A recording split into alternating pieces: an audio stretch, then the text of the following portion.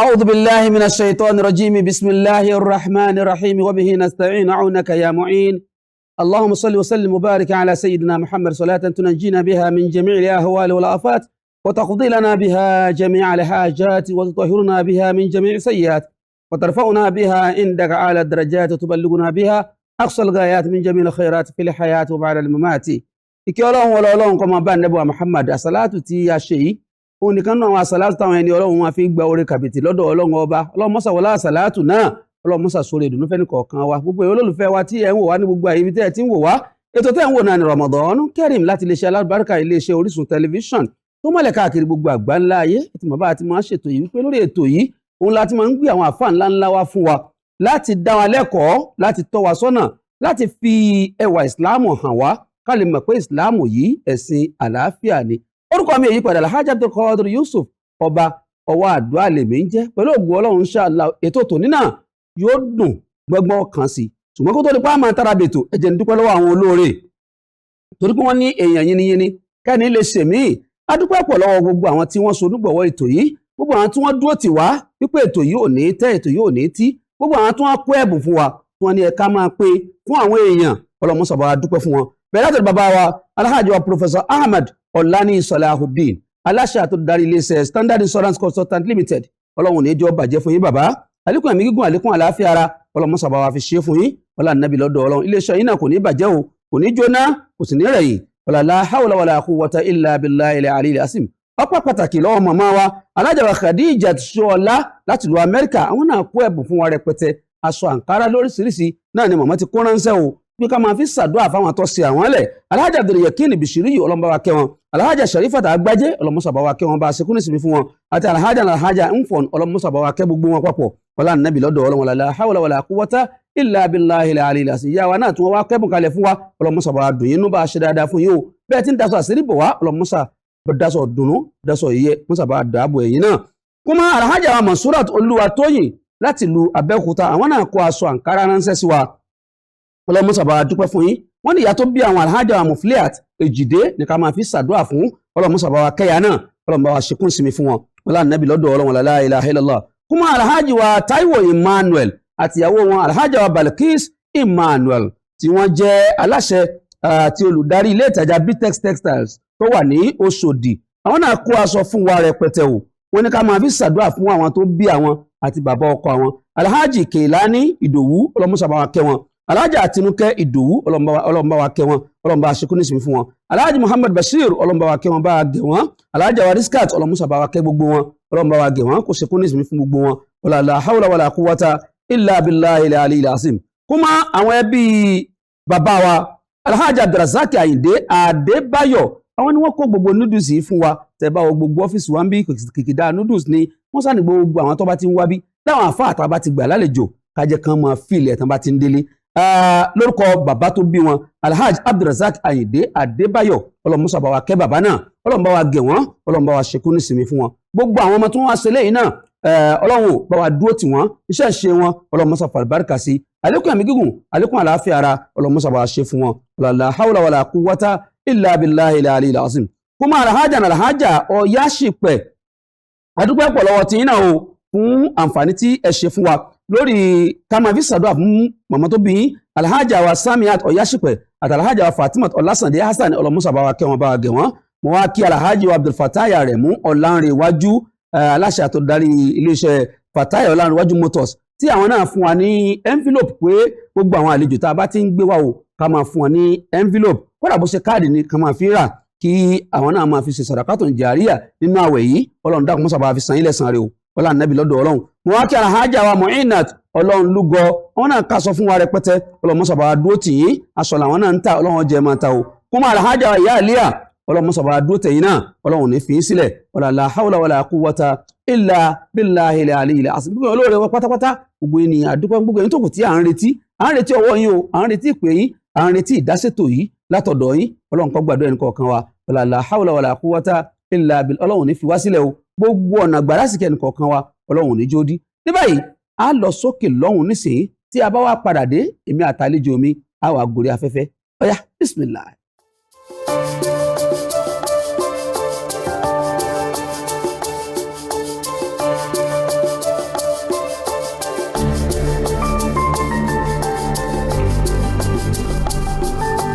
káàbọ̀ padà sórí ètò yìí ètò wa Ramadan Kareem. Gẹ́gẹ́ bí mo ti wí kó tó di pé mo lọ sókè lọ́hùn lẹ́ẹ̀kan wípé àlejò mi ò wọnú ilé agbára pẹ̀lú mi. Tẹ́lẹ̀ àlejò tí mo gbà lónìí àlejò ńlá mọ̀ ni. Jẹ́ ẹ ti mọ̀ ń tọ̀hún ẹ ti mọ̀ wọ́n ẹ̀jẹ̀ fi wọ́n hàn yín. Àwọn náà ni bàbá wa Fadilatu Sheikh Al-Imam Abdullahi Oníkìjìpá Al-Miskinu Billahi. Tí ẹ bá ń gbọ́ bàbá wa Sheikh Suleiman Oníkìjìpá ẹ̀jẹ̀ wọn gangan òun náà ni mo gbé wá lónìí. Bàbá salamu alaykum wa rahmatulahi wa barakatuhu. Wa alaikum salam wa rahmatullahi wa barakatuhu. Ọlọ́run bá a sàlékún dáadáa. Ọlá nàbí dọ́dọ̀ ọlọ́run. Bàbá ń kọ́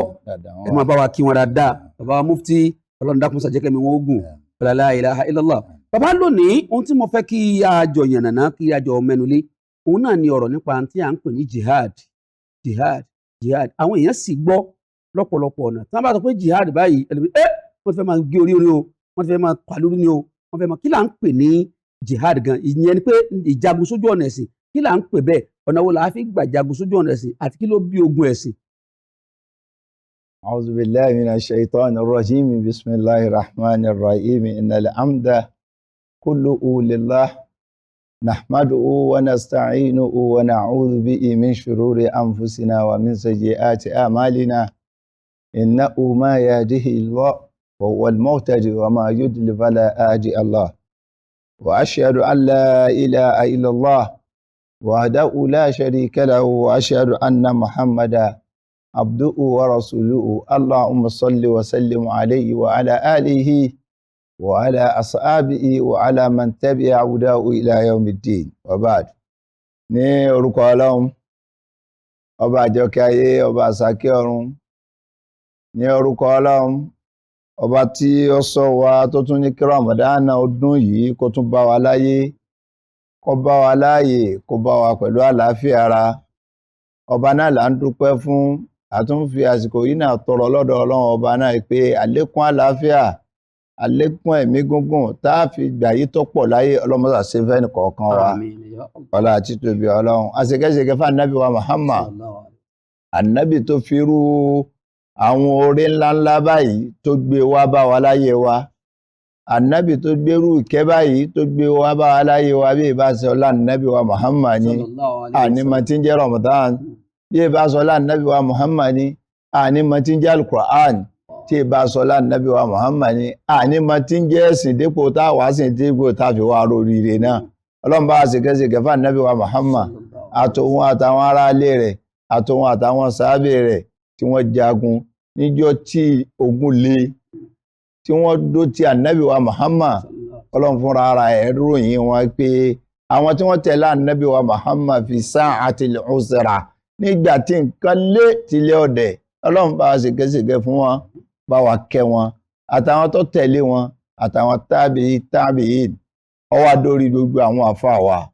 tí wọ́n jẹ́ ká máa ń pa ẹ̀sìn yìí, tí wọ́n kọ́ wa lẹ́sìn. Bàbá Sheikh Adam Ọlọ́run bá wa kẹ́ wọn, Ọlọ́run bá wa gẹ̀ wọ́n. Bàbá Sheikh Kamaluddin Adabi Ọlọ́run bá wa kẹ́ wọn, àti gbogbo àwọn tí wọ́n jọ wọ́n bẹ́ẹ̀ tí wọ́n ṣiṣẹ́ Ọlọ́run, tí wọ́n dúró ti ṣe Ọlọ́run, tí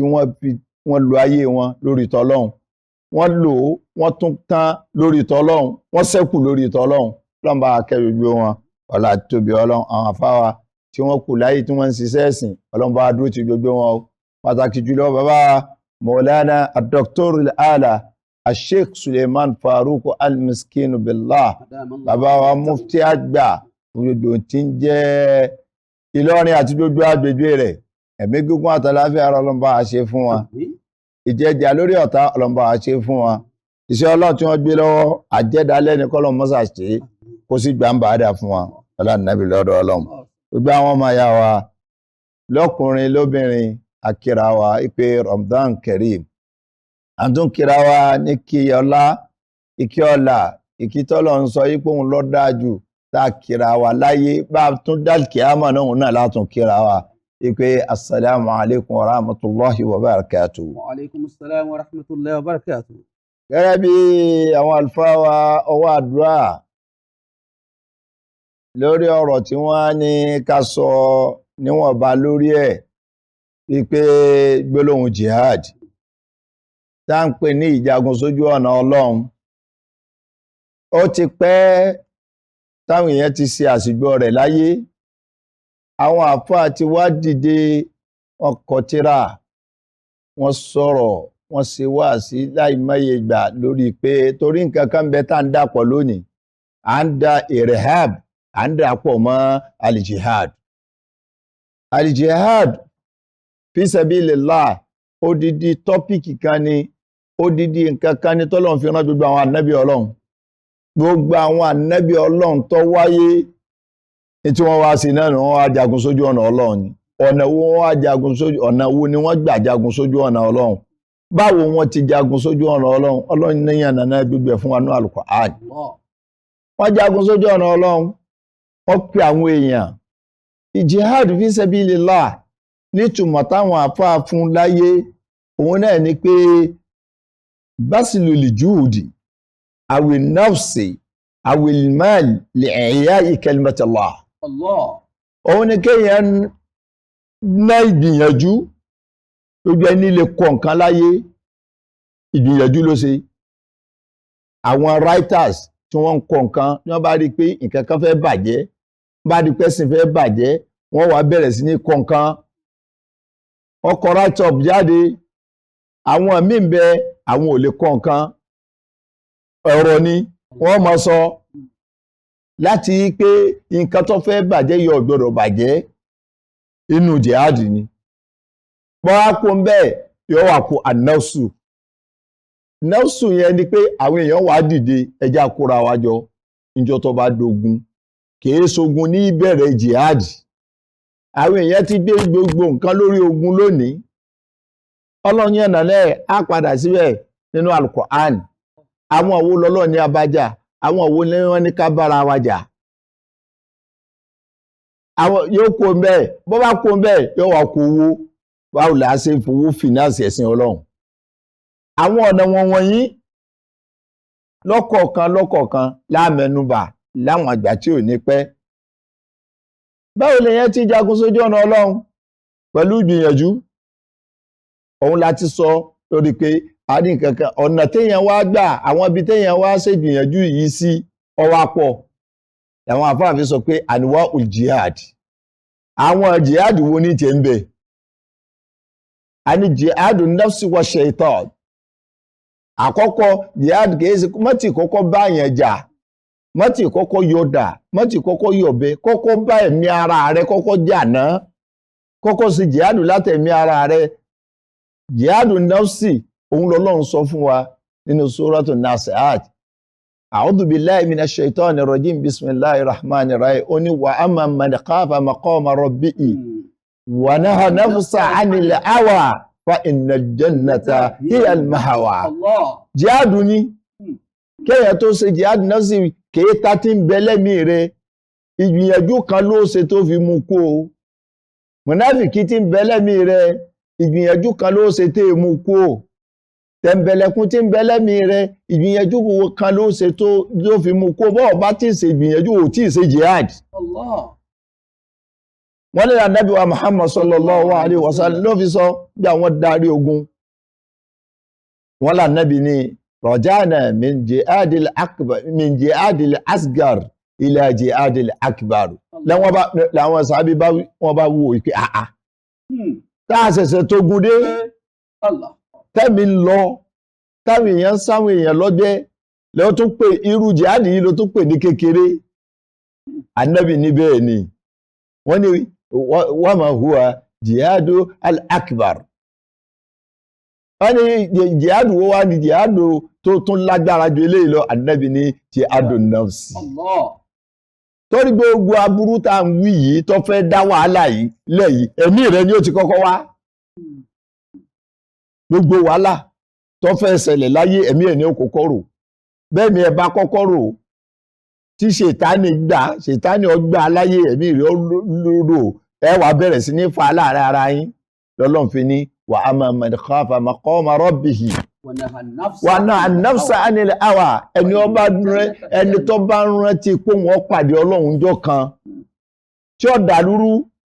tó rántí pé wọ́n pàdé Ọlọ́run jọ́ kan tẹ́mi rẹ̀ ọ̀kọ̀ǹtró rẹ̀ tó jẹ́ kọ́lọ́run ó kọ̀ǹtró òun èèyàn gbọ́dọ̀ jẹ́ kẹ́mi ó kọ̀ǹtró yẹn Ọlọ́run lè yẹn gbọ́dọ̀ jẹ́ ó kọ̀ǹtró òun. Lọ́lọ́run fi ní wa amma man khafa maqama rabbihi wa na'a nafsa 'anil hawa fa innal jannata hiya al-ma'wa jihadun nafsi nù. Báwo láti jagun ẹ̀mí inú àwọn àníwáwò jihadi nù. Ẹlẹ́ẹ̀kejì jihadu pẹ̀lú owó ọtí wá jagun sójú ọ̀nà Ọlọ́run lẹ́mìí rẹ̀ torí ìjọ́ tó ń bá ti ń ṣe dáadáa ó ti ń ṣe ojú ọ̀nà Ọlọ́run, ìjọ́ tó ń bá ti ń wùwà rẹ̀ ó ti wà lójú ọ̀nà Ọlọ́run, ìjọ́ tó ń bá ti ń ṣàánú ọmọlàkejì ó ti wà lójú ọ̀nà Ọlọ́run. Jihadu kan ló ń ṣe ń lànàbí wa Muhammad sallallahu alaihi wasallam ló tún fi ní inú àwọn jihadu ta tún lè ṣe al-jihadu bil-lisan. A ṣe jihadu pẹ̀lú àwọn àfáà wa ní ọ̀nà wo lèyàn gbà ṣe jihadu pẹ̀lú àwọn gbogbo àwọn àfáà tí ń kọ́ ọmọ ń kéwú láyé jihadu wọn ṣe. Masha Allah, ọba wa ṣẹ́kọ̀ oníkìjì wa ọlọ́run mọ́sà jẹ́ àríyìn pé torí pé ọ̀rọ̀ tá ń tà yanjú yìí ọ̀rọ̀ ńlá ni, ọ̀rọ̀ tá a dẹ̀ fẹ́ káwọn èèyàn farabalẹ̀ gbọ́ dáadáa ni. Gbogbo àlàyé táwọn àfáà ń ṣe wọ́n jẹ́ oyé wa pé n tá ń pè ní jihad póríṣiríṣi o, kì í ṣe jihadu ìbọn ọkọ̀ nìkan ló ti bẹ̀rẹ̀. Jihadu ẹ̀mí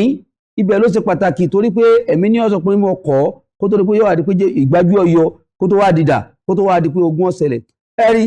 àwọn afáwa sí wa ń kalẹ̀ wọn àti lọ. Ẹ jẹ́ ká dókè lọ́hùn, tá bá padà dé inshallah afáwa Sheikh Abdullah Oníkìjìpá wọ́n sì wà ń kalẹ̀ wọn àti lọ. Ẹ sì wẹ́kú kalẹ̀.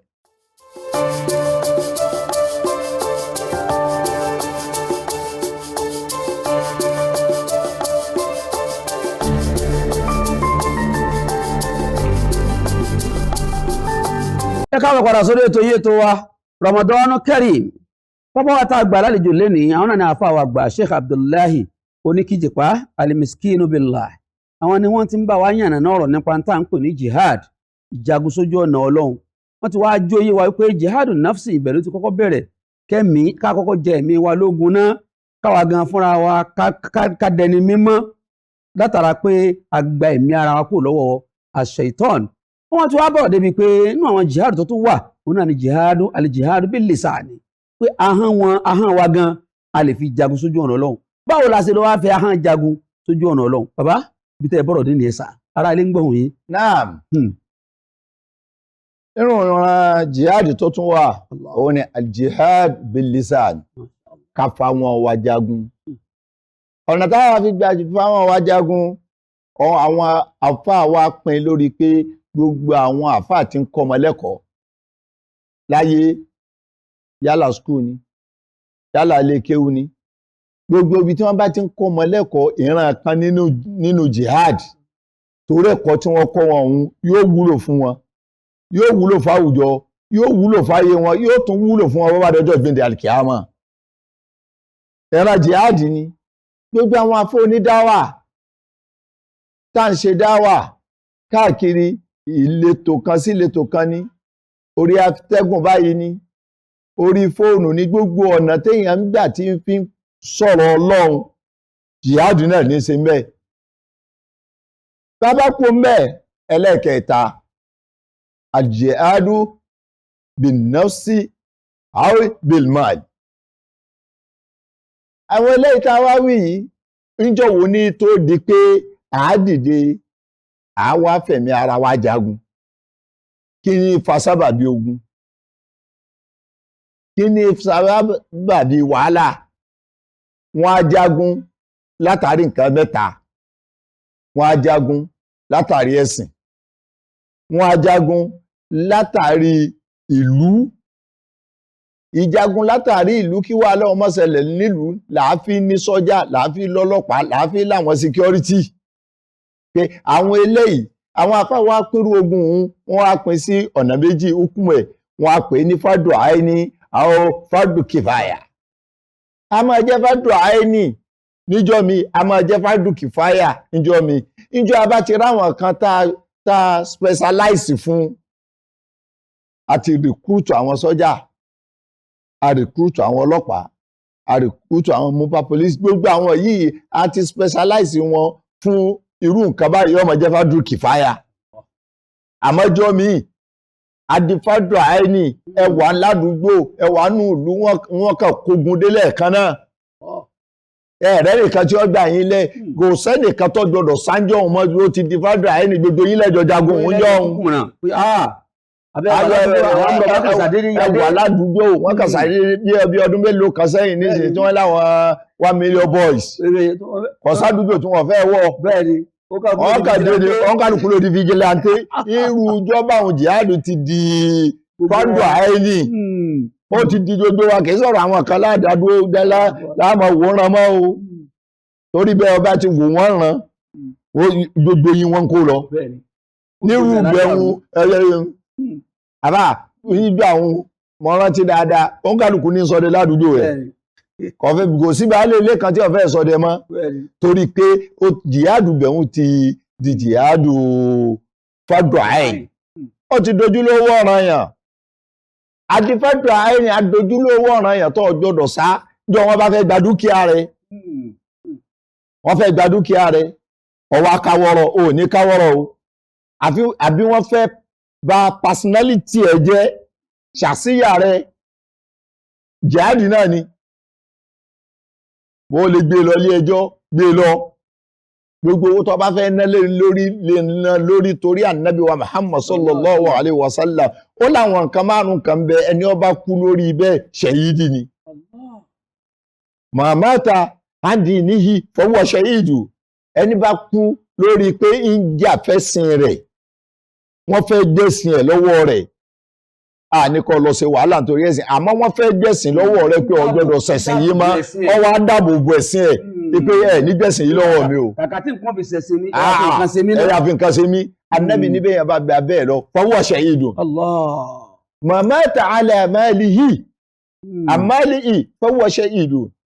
ẹni bá wọn kó dúkìá kalẹ̀ wọ́n bá dé wọ́n bá fẹ́ wá gbé ìwọ́n dìfẹ́ǹdì ẹ̀ ọlọ́run wa ní kájà lé ó dé ànábì wa Muhammad sallallahu alaihi wasallam ó níbi irú ẹni bẹ́ẹ̀ bá kú fọwọ́ ṣẹ̀yídùn. mamata ìrìjìhì ẹni bá kú lórí pé ń jà fún iyì rẹ̀ wọ́n fẹ́ fi iyì ẹ̀ gbólẹ̀ wọ́n fẹ́ fojú ọlẹ́ gbólẹ̀ wọ́n fẹ́ yìn ẹ́ jẹ́ wọ́n fẹ́ bọmọlúwàbí ẹ̀ jẹ́ bọmọlúwàbí ẹ̀ jẹ́ wọ́n wá wò pé ọmọlúwàbí mi ò ní bàjẹ́ wọ́n wá bẹ̀rẹ̀ sí ní jà ń fà á títí tẹ́mi ẹ̀ fi wá bọ́ ànábì nírú ẹni bẹ́ẹ̀ fọwọ́ ṣẹ̀yídù ìdájọ́ ṣẹ̀yídì nínú ìsìláàmù sí ní gbogbo àwọn àfáà náà mọ̀ yí pé ọmọ àlùjánnà ni aṣọ́adá tó bá rí bẹ́ẹ̀ àwọn ọ̀nà téèyàn lè gbà yàní àwọn ọ̀nà téèyàn lè gbà ṣe jihadi ní tí fi jihadi náà sí walmal bàbá wa lọ bẹ́ẹ̀ tàbá wa fẹ́ jà àwọn òwò lọ́lọ́run wa ní abájà bàbá lọ wo Suratul Baqara tàbá lọ wo Suratul Baqara Quran 2 verse 190 a rí tọ́lọ̀ ń sọ fún wa pé a'udhu billahi minash shaitani rajim bismillahir rahmanir rahim wa qatilu fi sabilillahi alladhina yuqatilunakum wa la ta'tadu inna Allaha la yuhibbul muhtadin ọlọ́run ọba lékè ọlá ó ní qatilu fi sabilillahi ẹ jagun sójú ọ̀nà ẹ dìfẹ́ǹdì ẹ̀sìn yín àwọn òwò wá ní kò ní ọmọ lọ wọlé báyàn ibi tàgbọ́ yé ibi tó ti yẹ káwọn èèyàn mọ̀nù àwọn wo ni alladhina yuqatilunakum àwọn tí wọ́n kọ́kọ́ gbógun tì yín jẹ́jẹ́ yín lẹ́jọ̀kó ó gba àwọn ọmọ tá ń kéwú ẹjá lọ ka ọ̀rọ̀ Islam dáadáa gbogbo ogun tá Nábì jà sallallahu alaihi wasallam difa'an anid-din difa'an an iridihi difa'an an nafsihi Ànábì self defense ní gbogbo ọdún 13 tá lò ní Mẹ́kà tá Nábì kọ́kọ́ lò ní Mẹ́kà níbẹ̀ kò sógun wọ́n ṣe gbogbo ẹ̀ wọ́n ṣe jàmbá fún gbogbo tí wọ́n ṣe fún kò sógun wọ́n hàn lè mọ̀ kò sí wàhálà wọ́n tún ṣe lé mọ́ lódìdí ọdún 3 wípé oúnjẹ ò ní dọ́dọ̀ rẹ̀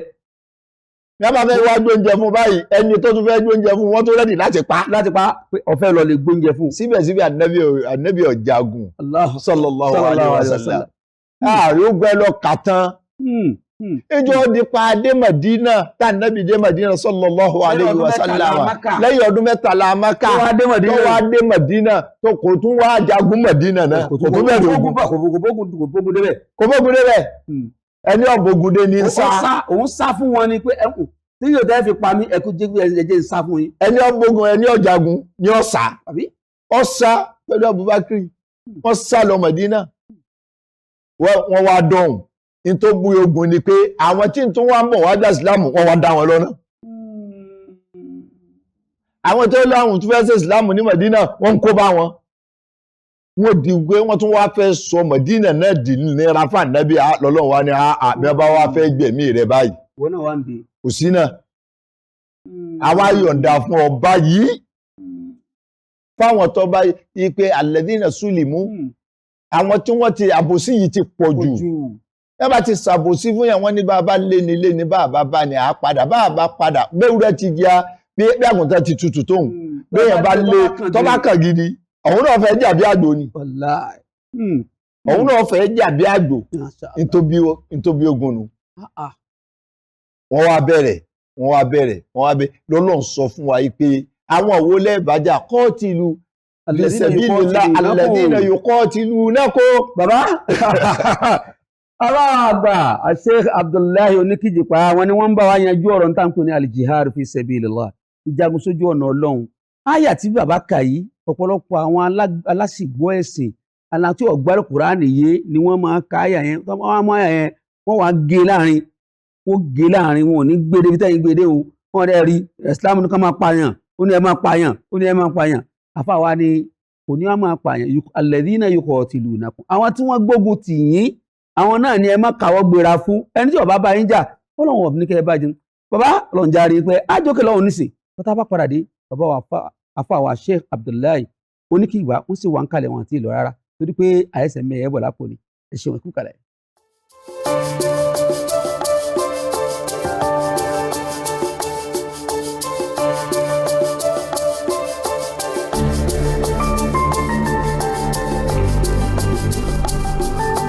ẹ káàbọ̀ padà sórí ètò yìí tó wa Ramadan Kareem púrúpẹ́ ń gbádùn gbogbo báwọn àfàwà Sheikh Abdullahi Oníkìjìpá bí wọ́n ti ń bá wa yànnàná gbogbo ọ̀rọ̀ yìí pàtàkì jù nípa ọ̀rọ̀ al-jihad fi sabilillah níta ń pè ní ìjagun sójú ọ̀nà Ọlọ́run ẹ̀rí wọn bá débi pé kí ló bí ogun gan Ànábì Muhammad bẹ̀rẹ̀ ogun pẹ̀lú ẹnì kankan ọdún 13 tá Ànábì kọ́kọ́ bẹ̀rẹ̀ sí Ọlọ́run ní Maka àwọn ará Maka hàn lè mọ wọ́n hàn lọ́yà gbogbo nǹkan ni wọ́n ṣe fún gbogbo jàǹbá ni wọ́n ṣe fún gbàtọ́rọ̀ fẹ́ yíwọ́ lànàbì sákò Maka fún wọn lọ sálọ lu Madina àwọn ará Madina tún gbà lálejò Ànábì tún débẹ̀ tán làwọn ará Maka wá bẹ̀rẹ̀ sí ní pa gbogbo àwọn tí wọ́n bá gba tànábì gbogbo àwọn tó bá wọn fẹ́ lọ gba Islam wọ́n ń pa wọn lọ́nà wọ́n ń kù wọn lọ́nà wọ́n ń pa wọn gbọ̀kọ́ àwọn tó káwọn láwọn ẹja àtẹ̀tẹ̀ ká Ànábì náà mọ́ òun ká tiẹ̀ lọ pátá ká jẹ́ kí yẹn ọtán ibi tí ogun ti bẹ̀rẹ̀ nìyẹn lọ́nà eré Ànábì náà òzínà la fi wá yọ̀ǹda pítọ́ ẹ wá kọjú sí wọn àwọn tí wọ́n bá yín jà ẹ̀yin náà ẹ bá wọn jà bàbá ẹ mọ̀ ní ti ń bá wa yanjú ọ̀rọ̀ náà lọ in ti ń bọ́ síbi tá a fẹ́ al-jihad fi sabilillah ìgbà tá Ànábì wa sọ pé tọ́lọ́ wọn rí Ànábì àyọ̀ǹda fún ọ láti bá wọn jà tọ́ ń jẹ́ pé Ànábì ọ̀tọ́ jẹ́ ẹnìkan àwọn èèyàn Ànábì ń dáàbòbò ẹ̀sìn ni àtẹ̀mí ń dáàbòbò ẹ̀sìn rẹ̀ ń dáàbòbò ẹ̀mí rẹ̀ tá a ti sọ síwájú pé àwọn kankan bẹ téèyàn gbọdọ̀ dáàbòbò kódà yàtọ̀ sí téèyàn gbọdọ̀ dáàbòbò téèyàn gbọdọ̀ ṣiṣẹ́ lé lórí àwọn àfáà máa ń pè ní al-maqasid àwọn nǹkan márùn-ún tó yẹ pé ad-daruratil hayat èèyàn gbọdọ̀ ṣiṣẹ́ lé lórí ẹ̀mí ẹ̀sìn dúkìá yàn ọmọ yàn tí ń jẹ́ násìlù fámílì ẹbí ìran ẹnìkan bá fẹ́ bàràn rẹ jẹ́ má dáhùn bẹ́ẹ̀nìkan bá fẹ́ tọwọ́ bọ̀ràn rẹ bá fà á inú àwọn nǹkan inú àwọn mọ̀kọ́sídù ṣẹ̀ríà téèyàn gbọdọ̀ jà fún ẹ̀sìn wà ń bẹ ẹ̀mí wà ń bẹ dúkìá wà ń bẹ ìran yẹn wà ń bẹ bá pàtàkì rẹ bí ò ṣe dáa sọ fún wọn yìí pé rọ ni bí tàn yín ṣe rí kọ́ yìí bó ti rí kọ́ yìí òun ni wọ́n ti ń tún ṣe wọ́n ń fa lọ wọ́n ń fa bọ̀ ìtàn Yorùbá nìsín ẹ rí i pé àti ìrójútu ẹ̀ dì sí. ọ̀rọ̀ àṣẹ Adam ìmọ̀ ọ̀lọ́ asìlù kọ̀bá ìlú Yorùbá bàbá ti sọ lọ́jọ́ tó ti pẹ́ pé ìtàn wo làwọn Samuel Johnson pa kalẹ̀ ṣé mo ti rí nu ìtàn wo lọ́fẹ̀ẹ́ bá ti ṣẹ̀ríà àtọ̀rọ̀ tọ́lọ̀ ń sọ kalẹ̀ mú tọ́rọ̀ Ọlọ́run já mọ̀ ìpínlẹ̀ kan láti dá gbogbo èèyàn láyé ọmọ èèyàn ń sànbọ̀ ní ìbẹ̀rùn káfẹ́ lọ inú àwọn nǹkan téèyàn gbọdọ̀ jà fún ni. so òun là Nábì wa Muhammad sallallahu alayhi wa sallam lọ́wọ́ àjà pé ẹ̀ ní bá kódà jọ wọ́n bú ànábì wa Muhammad sallallahu alayhi wa sallam tí wọ́n pọ̀ ànábì ló mọ̀ àlè ní Mẹ́kà Ọlọ́run rárá.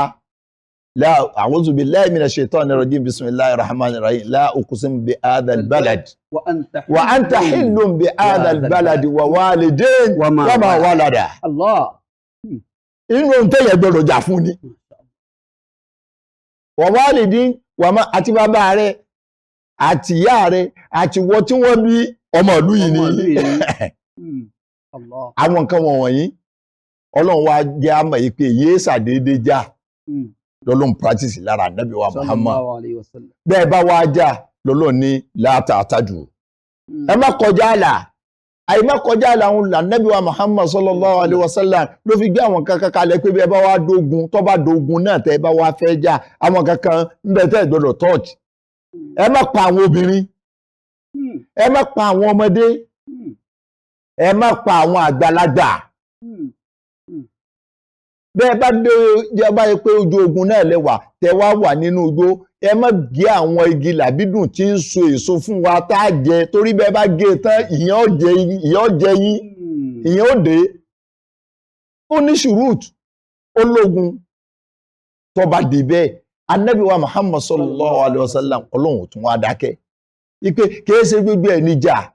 kìí ṣe gbogbo ẹ̀ ní wàhálà Ọlọ́run wá tún sọ fún wa nínú Suratu Mumtahana Quran 60 láti àyà kẹjọ sí àyà kẹsàn. A'udhu billahi minash shaitani rajim bismillahir rahmanir rahim Ọlọ́ni la yanhaakumullahu 'anil ladhina lam yuqatilukum fid din wa lam yukhrijukum min diyarikum an tabarru wa tuqsitu ilayhi inna Allaha yuhibbul muqsitin. Ẹgbẹ́ tọ́lọ́wọ́ ọba lége báwo ẹjá wa mùsùlùmí ẹjá túnra wa ṣe èèyàn tó jòkó jẹ́jẹ́ rẹ ọ̀n lọ mọ́sálásí kò tọ́ ọ̀n lọ mọ́sálásí kò ní ọmọ lọ mọ́sálásí à ń kírun kò ní ọmọ kírun à ń gbàwẹ̀ láńgbàwẹ̀ kò ní ọmọ gbàwẹ̀ kí làbùrọ̀ tọ́ yí pé kò sí ìsìláàmù ni kínú rí ọkàn mọ́ kínú kàn mọ́ sàdédé bí ọ pé kìí ṣe mùsùlùmí ni bí èyí ṣe mùsùlùmí kìí ṣe èèyàn ni Ọlọ́run tó sọ fún wa pé la ikraha fi ddini qad tabayyana rushdu minal ghayyi wa man yakfur bit-taghuti wa yu'min billah faqad istamsaka bil-'urwatil wuthqa la infisama laha wallahu sami'un 'alim fúnra Ọlọ́run ló sọ ẹ lè ṣe wáàsí fún orí bẹ́ẹ̀ lọ́lọ́run fi gbé inú àwẹ̀ àti lẹ́yìn àwẹ̀ ló fi gbọ́rọ̀ sàká wá náà kí ló dé tó ka àwọn tí èsì ẹlẹ́sìn wá sínú sàká nínú àwọn táàfù ní sàká inú àwọn táàfù ní sàká ẹ̀yin mùsùlùmí tẹ́ bá yọ sàká ẹ̀yin fẹ́ yọ sàká báyìí àwọn tí èsì ẹlẹ́sìn wọ́n nínú ẹ̀ Allah ẹni bí abáyànjánu Ọlọ́run fẹ́ ká mọ báyànjánu ó ní ẹ̀pọ̀ àwọn wal mu'allafati qulubuhum ẹ̀pọ̀ àwọn Ànábì ẹ dákun ẹja yíra padà àwa mùsùlùmí Ànábì wa Muhammad sallallahu alayhi wa sallam nínú àdísì rẹ̀ ó ní innakum la taza'una an-nasa bi amwalikum ó ní tí mo fẹ́ sọ fún yín ni pé fasa'u bi ahlakikum ó ní bí bọ́bá epo wo níyín látẹ́ lè kówó yín lẹ̀ ẹ lè gba àwọn èèyàn lówó láyè pẹ̀lú owó ó ní tí mo fẹ́ sọ fún yín fasa'u bi ahlakikum jẹ́ wọn rí wá sílámù lára rẹ̀ kí ló fa jàgídíjàgan kí ló fa wàhálà wọ́n ti sọ ìrẹ́háàbù lónìí wọ́n ti sọ ìpààyàn ìdẹ́rùbàyàn ìdá wàhálà alẹ́ terrorism wọ́n ti sọ di jihad gbogbo àwọn àfáàyè ni wọ́n panupọ̀ lórí pé ìrẹ́háàbù laysa bil jihad. Masha Allah.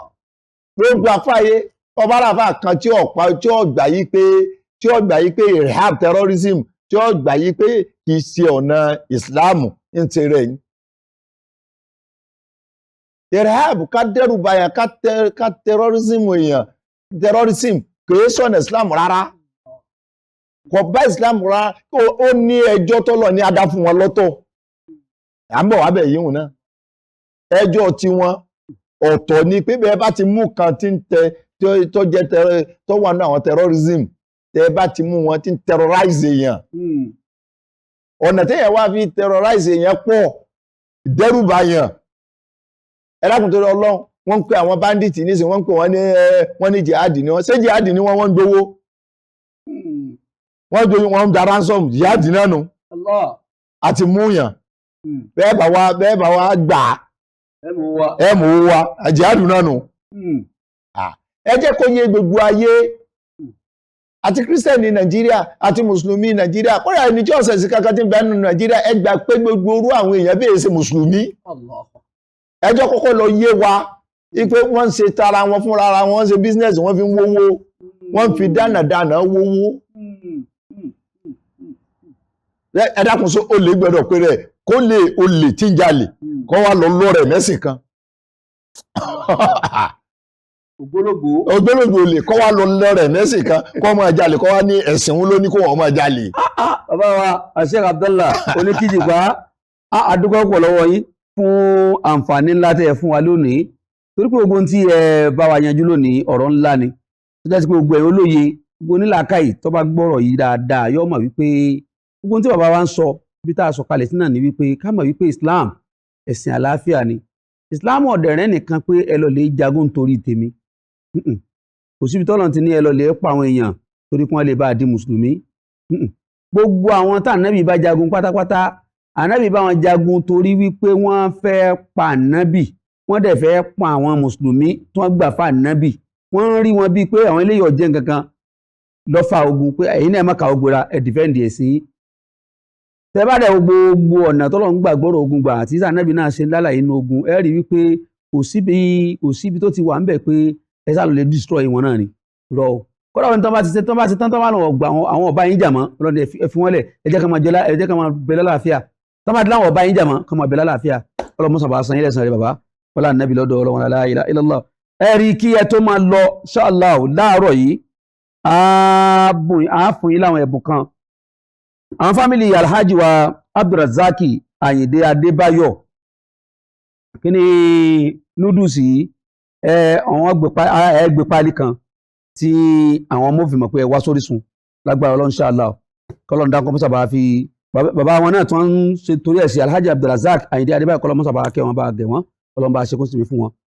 màá tún wá fún yín ní aṣọ àǹkárá kan aṣọ àǹkárá ni aṣọ àǹkárá tuntun yìí ẹ̀rí débẹ̀ ní confam lẹ́yìn ọba tiẹ̀ wọ́ mọ jẹ́rìí ajíà ẹ̀kọ́ àwọn obìnrin wọn fẹ́ràn ọ̀rọ̀ àǹkárá báyìí pọ̀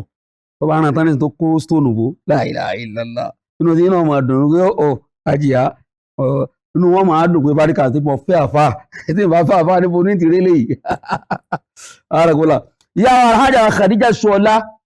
láti ìlú Amẹ́ríkà náà kó ránṣẹ́ pé ká máa fi sẹ́bùn fáwọn èèyàn ká máa fi ṣàdúrà fáwọn tó bí àwọn kọ́lọ́n dákun mọ́sàbà foríjì wọn ọlá nàbí lọ́dọ̀ ọ̀rọ̀ so ẹ wàá gba token change kan tẹ́ẹ̀fì repo sí mọ́tò ó wà ní envelope látọ̀dọ̀ alhaji wa abdulfatahi ọlárẹ̀wájú fatahi rẹ̀ mú ọlárẹ̀wájú motors so lágbára Ọlọ́run inshallah kọ́lọ̀ mọ́sà ṣe dáadáa fún wọn ọlá nàbí lọ́dọ̀ Ọlọ́run la ilaha illallah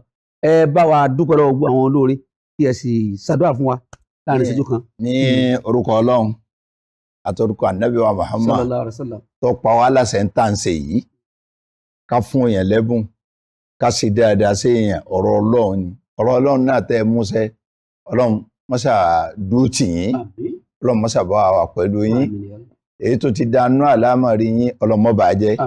èyí tó tún kù tẹ́ ẹ máa rawọ́ rasẹ̀ síwájú Ọlọ́run pé Ọlọ́run mọ́ṣà bá wa ṣe báyìí Ọlọ́run mọ́ṣà bá wa ṣe fún yín ọlá títúbi Ọlọ́run ọlá àjẹkàsọ Ọlọ́run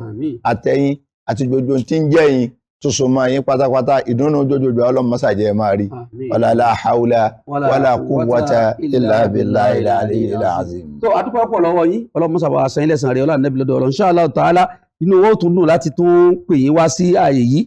a sì máa retí pẹ̀lú yọ̀dọ̀ Ọlọ́run insha Allah ta'ala. ẹ̀rọ ìfẹ́ wa bí ètò tòní ó ṣe mọ̀ ní pẹ̀lú yọ̀dọ̀ Ọlọ́run ṣùgbọ́n kí n tó lọ ẹ jẹ́ n sọ nọ́mbà mi fún àǹfààní ẹ̀yin tí ẹ bá fẹ́ gbé polówó wá fún wa àbẹ́yìn náà fẹ́ kẹ́bùn wá fún wa lórí ètò yìí á gbà lọ́wọ́ yín. nọ́mbà mi náà ni 080-230-55086 òun ni nọ́mbà tèmi. sáwọn nọ́mbà tí iléeṣẹ́ Orísun òun ni nọ́mbà tí mo fẹ́ sọ yìí. nọ́mbà eléyìí tí mo fẹ́ sọ yìí ni ti iléeṣẹ́ Orísun. ẹ̀rí pé mo ṣàlàyé fún wa ń jò ní wípé àǹfààní yẹn ń lọ lọ́wọ́lọ́wọ́ báyìí tá a dẹ̀ fẹ́ gbogbo ọjà àǹfààní yẹn náà ni pé ẹ lè mú fóònù yín tẹ́ ẹ fi rìkọ́ọ̀dù láàrin ìṣẹ́jú kan sí méjì ọjà tẹ́ ń tà tẹ́ kí àwọn ẹbí yín tẹ́ kí àwọn ará yín owó pọ́ọ́kú báyìí náà ni ọ̀nà yín ṣùgbọ́n nọ́mbà tẹ́ máa pè sí rèé tí ẹ máa fi bá wọn sọ̀rọ̀ lórí ẹ̀ 090-31-44-92-11 090-31-44-92-11 òun náà nọ́mbà tẹ́ máa pè sí nọ́mbà Orísun nìyẹn ọlọ́mọṣà gbọ́dọ̀ ẹnì kọ̀ọ̀kan wa lọ́la láti máa pàdé lórí ètò tá a pè ní Ramadan Kareem. Ma assalam wa ila liqa.